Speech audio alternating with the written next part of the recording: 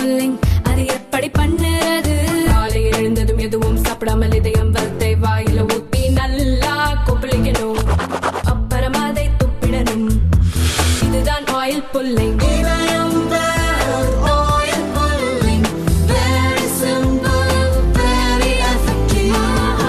ரெண்டு ஸ்பூன் போதும் உங்க பிரச்சனைகளை கட்டுப்படுத்த. லயன் டேட் சிரப், தினமும் 2 spoon lion date syrup. Lion date syrup. வணக்கம். செய்தி சுருக்கம். திருப்பரங்குன்றம் விவகாரம். ராஜா மீது 4 வழக்கு. திருப்பரங்குன்றம் மலையை காக்க பிப்ரவரி 4 இந்து அமைப்புகள் அறப்போராட்டம் அறிவித்தது. சட்டம் ஒழுங்கு பிரச்சனை ஏற்படும் என கருதி மாவட்ட நிர்வாகம் பிப்ரவரி 3 மற்றும் 4 தேதிகளில் 144 தடை உத்தரவு பிறப்பித்தது. பாஜக மூத்த தலைவர் ராஜா உள்ளிட்டோர் வீட்டு சிறையில் வைக்கப்பட்டனர். அறப்போராட்டத்திற்கு அனுமதி கேட்டு ஹைகோர்ட் மதுரை கிளையில் நடந்த வழக்கில் மதுரை பழங்காநத்தத்தில் 1 மணி நேரம் ஆர்ப்பாட்டம் நடத்தி கொள்ள சில நிபந்தனைகளுடன் அனுமதி அளிக்கப்பட்டது. இதைத் தொடர்ந்து கைது செய்யப்பட்டவர்கள் விடுவிக்கப்பட்டனர். அவர்கள் அடுத்த சில நிமிடங்களில் பழங்காநத்தத்தில் குவிந்தனர். காரைக்குடியிலிருந்து உடனடியாக பழங்காநத்தம் வந்த ராஜா 6 நிமிடங்கள் பேசினார். அதில் திருப்பரங்குன்றம் விவகாரம் குறித்து திமுக அரசை கடுமையாக குற்றம் சாட்டினார்.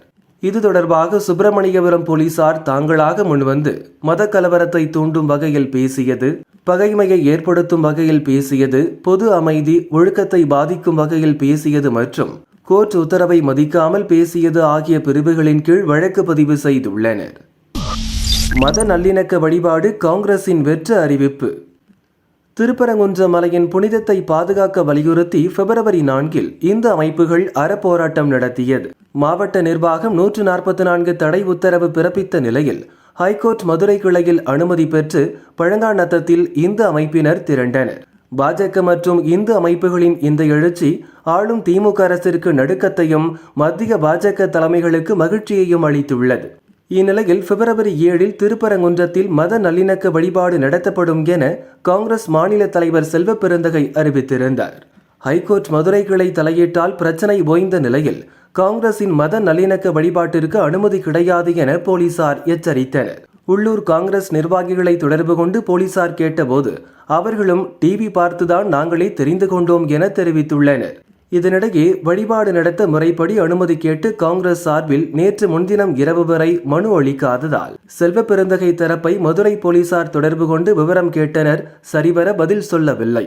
இதனால் மீண்டும் உள்ளூர் நிர்வாகிகளை தொடர்பு கொண்ட போலீசார் தனித்தனியாக வந்து தரிசனம் செய்ய தடையில்லை, கூட்டாக வந்தால் கைது நிச்சயம், இதை மேலிடத்தில் சொல்லிவிடுங்கள் என எச்சரித்தனர். இப்படித்தான் நடக்கும் என முன்கூட்டியே கணித்த செல்வ பெருந்தகை மதுரை வருவதற்கான எந்த முயற்சியையும் மேற்கொள்ளவில்லை.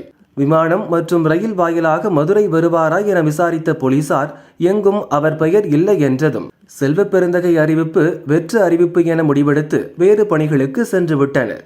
போலீசாரிடம் அனுமதி கேட்டு விண்ணப்பிக்காத காங்கிரஸ் தரப்பு போலீசார் அனுமதி தராததால் மத நல்லிணக்க வழிபாடு ரத்து என கெத்தாக அறிவித்துள்ளனர். கிருஷ்ணகிரி மாவட்டம் போச்சம்பள்ளி அருகே உள்ள அரசு பள்ளியின் 8ஆம் வகுப்பு மாணவியை ஆசிரியர்கள் 3 பேர் சேர்ந்து கூட்டு பலாத்காரம் செய்து கர்ப்பமாக்கிய சம்பவம் கடும் அதிர்வலைகளை ஏற்படுத்தியுள்ளது. மாணவியை சீரழித்த ஆசிரியர்கள் சின்னசாமி வயது 57, ஆறுமுகம் வயது 45, பிரகாஷ் வயது 37 ஆகியோரை பர்கூர் மகளிர் போலீசார் போக்சோ சட்டத்தின் கீழ் கைது செய்தனர். அவர்கள் 3 பேரையும் பணியில் இருந்து சஸ்பெண்ட் செய்து மாவட்ட முதன்மை கல்வி அலுவலர் உத்தரவிட்டுள்ளார். பள்ளி வளாகத்தில் மாணவிக்கு நேர்ந்த இந்த கொடுமை பெற்றோர்களிடையே கடும் அதிர்வலைகளை ஏற்படுத்தியுள்ளது. இந்த விவகாரத்தில் அரசு மீது எதிர்க்கட்சிகள் கடும் விமர்சனங்களை முன்வைத்துள்ளன.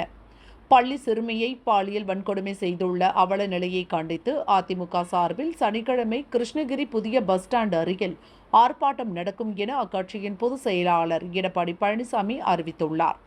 இந்த சூழலில் கைது செய்யப்பட்ட 3 ஆசிரியர்களுக்காக வாதாடப் போவதில்லை என கிருஷ்ணகிரி மாவட்ட வழக்கறிஞர்கள் சங்கம் முடிவு செய்துள்ளது. இது தொடர்பாக நடந்த ஆலோசனைக் கூட்டத்தில் ஆசிரியர்களுக்கு ஆதரவாக யாரும் ஆஜராக கூடாது, ஜாமீன் மனு தாக்கல் செய்யக்கூடாது என்ற தீர்மானம் நிறைவேற்றப்பட்டது. இந்த செயலில் ஈடுபட்ட அந்த நயவஞ்சக ஆசிரியர்களுக்கு நமது கிருஷ்ணகிரி மாவட்ட வழக்கறிஞர் சங்கத்தின் சார்பில் யாரும் பெயில் அப்ளிகேஷன் போடுறதில்லை அப்படின்னு சொல்லி நாங்கள் தீர்மானம் போட்டிருக்கிறோம். அதே மாதிரி நம்ம மாவட்டத்தில் கிருஷ்ணகிரி மாவட்டத்தில் உள்ள அனைத்து வழக்கறிஞர் சங்கங்களையும் யாரும் அவருக்கு வந்து பெயில் அப்ளிகேஷன் போடக்கூடாது, பிணை மனு தாக்கல் செய்யக்கூடாதுன்னு நாங்கள் கேட்டுக்கிறதாவும் நாங்கள் தீர்மானம் நிறைவேற்றிருக்கிறோம். அதற்கு வந்து கிருஷ்ணகிரி மாவட்டத்தில் அனைத்து வழக்கறிஞர் சங்கங்களும் ஆதரவு அளிக்கிறதா வந்து ஒத்துழைப்பு கொடுக்கறதா வந்து எங்களுக்கு வந்து தகவல் தெரிவிச்சிருக்கிறாங்க. அதே மாதிரி இந்த செயலில் ஈடுபட்ட அந்த 3 ஆசிரியர்களும் குண்டா சட்டத்தில் அவர்களை வந்து கைது செய்து நடவடிக்கை எடுக்கணும்னு சொல்லி அரசை நாங்கள் கேட்டுக்கிறோம். நம்முடைய கிருஷ்ணகிரி மாவட்ட வழக்கறிஞர் சங்கத்தின் சார்பாக பாதிக்கப்பட்ட ஃபேமிலி அந்த குடும்பத்தாருக்கு இலவச சட்ட உதவி நாங்கள் கொடுக்கறதாவும் நாங்கள் முடிவு செஞ்சிருக்கிறோம்.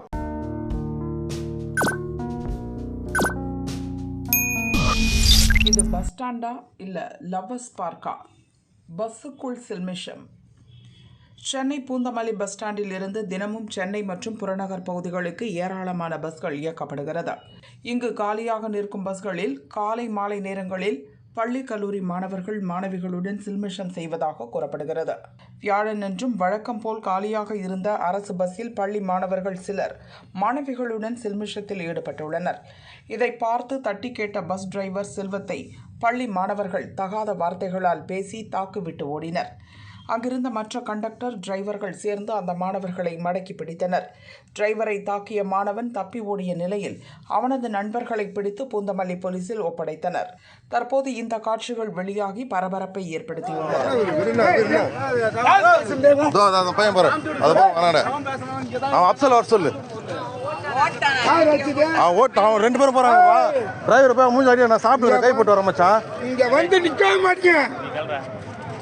சாப்பாடு எதுவும் சாப்பிட்டு கை போட்டு வரல, கை போட்டு வர எனக்கு நல்லா தெரியும் யார் யாருன்னு. இவங்க எல்லாம் வந்து நம்ம லோக்கல் டிரைவர் தான். அவன் பேர் அப்சரா டிரைவர் அடிச்சுட்டு போயிட்டான். படிக்க போங்கடா வந்து ஊட்டி மீம்ஸ் போட்டுலாமா பொண்ணுங்க இப்ப வந்து வேலையை பண்ணிக்கின்னு எதனா பண்ணிடுமா? எங்க கிட்ட வரீங்க? பஸ்ல மேலே ரைட் கூட போட்டலாம்.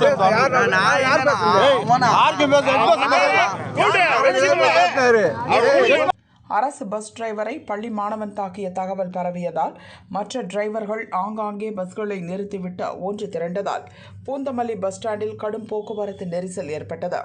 மாணவர்கள் தினமும் அட்டகாசம் செய்வதால் பூந்தமல்லி பஸ் ஸ்டாண்டிற்குள் போலீசார் தினமும் ரோந்து வர வேண்டும் என டிரைவர்கள் கண்டக்டர்கள் கோரிக்கை வைத்துள்ளனர். வேலூர் அருகே கொடூரம். ஓடும் ரயிலில் கர்ப்பிணிக்கு கொடுமை, சத்தம் போட்டதால் தள்ளிவிட்ட கும்பல். ஆந்திர மாநிலம் சித்தூரைச் சேர்ந்த பெண் திருப்பூர் பனியன் கம்பெனியில் டெய்லராக வேலை செய்கிறார். திருப்பூரில் இருந்து தனது சொந்த ஊருக்கு செல்ல கோவை திருப்பதி செல்லும் இன்டர்சிட்டி எக்ஸ்பிரஸ் ரயிலில் பயணம் செய்தார். ரயில் வேலூர் அடுத்த கேவிக்குப்பம் அருகே சென்று கொண்டிருந்த போது கழிவறைக்கு சென்றுள்ளார்.